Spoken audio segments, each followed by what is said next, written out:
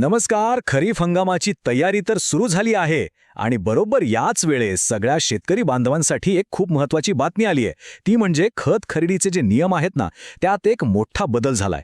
आता तो नेमका काय बदल आहे आणि त्याचा आपल्यावर काय परिणाम होईल, हेच आज आपण एकदम सोप्या भाषेत समजून घेणार आहोत. तर साहजिकच आपल्या सगळ्यांच्या मनात पहिला प्रश्न हाच येईल की खत खरेदीचे नियम खरंच बदललेत का? तर याचं उत्तर आहे हो, बदलले आहेत. आणि हा बदल साधासुद्धा नाहीये, तो प्रत्येकाने समजून घेणं खूप खूप गरजेचं आहे. तर हाच आहे तो सगळ्यात मोठा बदल. बघा, या खरीप हंगामापासून जर आपल्याला युरिया आणि DAP सारखी जी सरकारी अनुदानावर मिळणारी खतं आहेत ती खरेदी करायची असतील, तर आता एक गोष्ट एकदम बंधनकारक म्हणजे कंपल्सरी झाली आहे, आणि ती म्हणजे फार्मर ID. हा ID ॲग्रीस्टॅक नावाच्या एका नवीन डिजिटल सिस्टममधून बनतो. आणि एक गोष्ट लक्षात ठेवली पाहिजे की या ID शिवाय आता अनुदानित खत मिळणार नाही. पण मग प्रश्न येतो की अचानक ही नवीन सिस्टम आणण्याची गरज का पडली?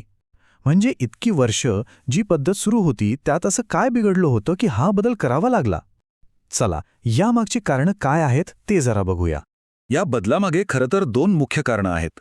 पहिलं म्हणजे खतांचा होणारा काळा बाजार. शेतकऱ्यांसाठीचं अनुदानित खत अनेकदा परस्पर विकलं जातं, हे काही नवीन नाही. आणि दुसरं म्हणजे या खतांचा वापर शेतीऐवजी इतर उद्योगांमध्ये केला जातो. या दोन्ही गोष्टींमुळे काय होतं की ज्या गरजू शेतकऱ्याला खत हवंय त्याच्यापर्यंत ते पोहोचतच नाही. ही नवीन प्रणाली याच गैरप्रकारांना आळा घालण्यासाठी आणि सगळी प्रक्रिया पारदर्शक करण्यासाठी बनवली आहे. पण हे प्रकरण फक्त आपल्या देशापुरता मर्यादित नाही आहे.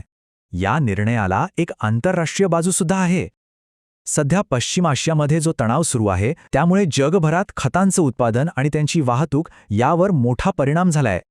मग अशा परिस्थितीत आपल्या देशात जो काही खतांचा साठा उपलब्ध आहे त्याचा प्रत्येक कणनकण योग्य ठिकाणी वापरला जाणं हे राष्ट्रीय गरजेचं बनलं आहे. ठीक आहे, कारणं तर आपण समजून घेतली, पण आता येऊया सगळ्यात महत्त्वाच्या भागाकडे. ही नवीन प्रणाली नक्की काम कशी करणार?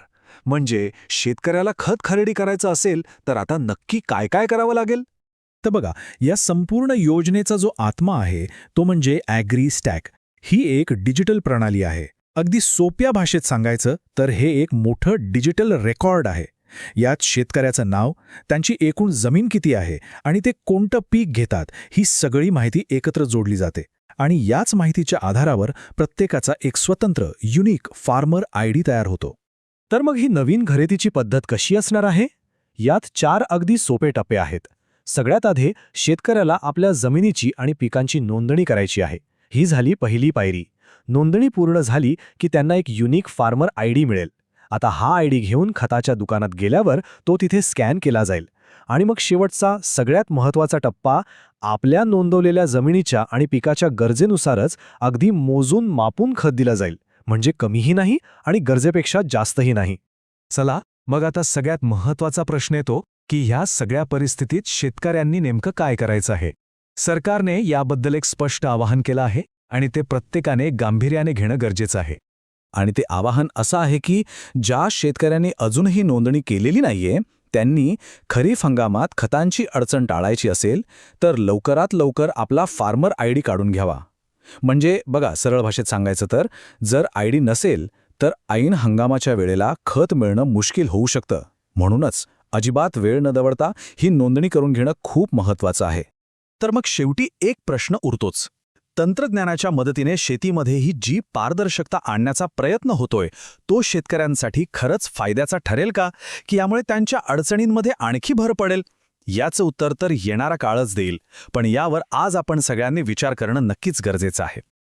माहितीपूर्ण व्हिडिओ आहे, शेअर नक्की करा. धन्यवाद.